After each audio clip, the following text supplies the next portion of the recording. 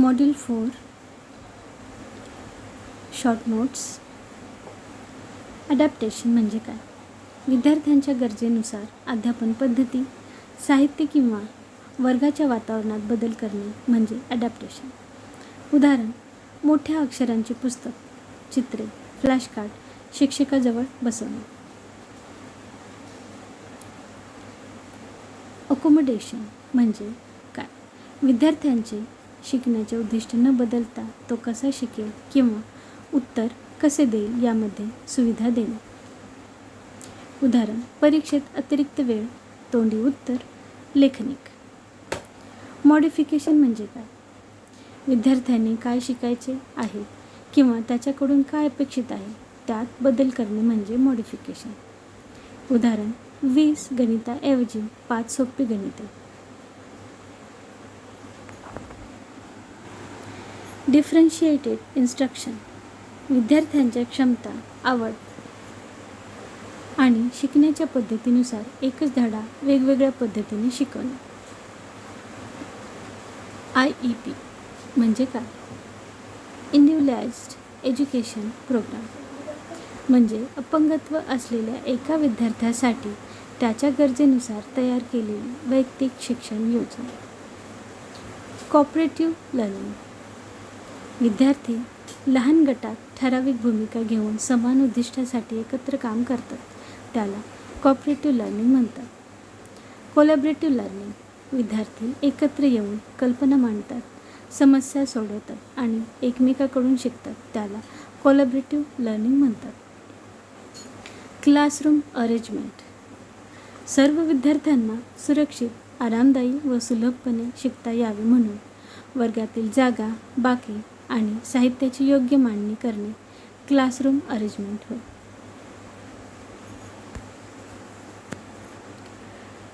अडॅप्टेशनचे 2 प्रकार लिहा. थोडक्यात उत्तरे पाहूयात.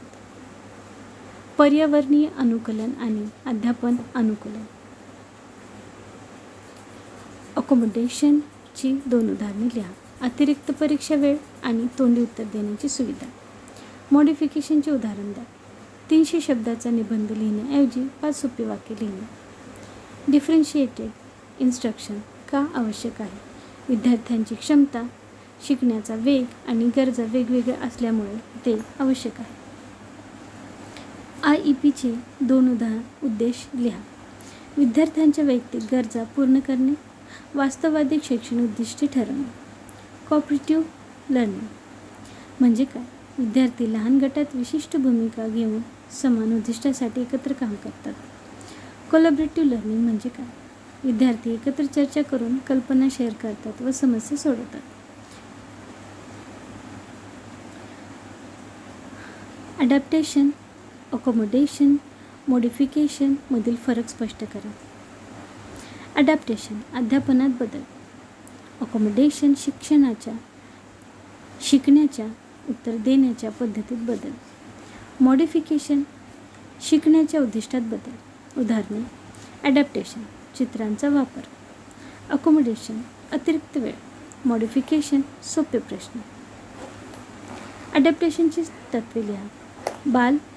बालक केंद्रित शिक्षण, समान संधी, लवचिकता, वैयक्तिक फरक, सहभाग, स्वावलंबन, सकारात्मक शिक्षण वातावरण. अडॅप्टेशनच्या पायऱ्या लिहा. विद्यार्थ्यांच्या गरजा ओळखणे, क्षमता व अडचणी तपासणे, योग्य अनुकूलनाचे नियोजन, अंमलबजावणी, प्रगती तपासणे, आवश्यक असल्यास पुन्हा बदल करणे. IEPचे घटक लिहा. विद्यार्थ्याची माहिती, सध्याची कामगिरी, वार्षिक उद्दिष्टे, अल्पकालीन उद्दिष्टे, अध्यापन पद्धती, अकोमोडेशन व मॉडिफिकेशन, संबंधित सेवा, प्रगतीचे मूल्यमापन. कोऑपरेटिव्ह आणि कोलॅबरेटिव्ह लर्निंग मधील फरक.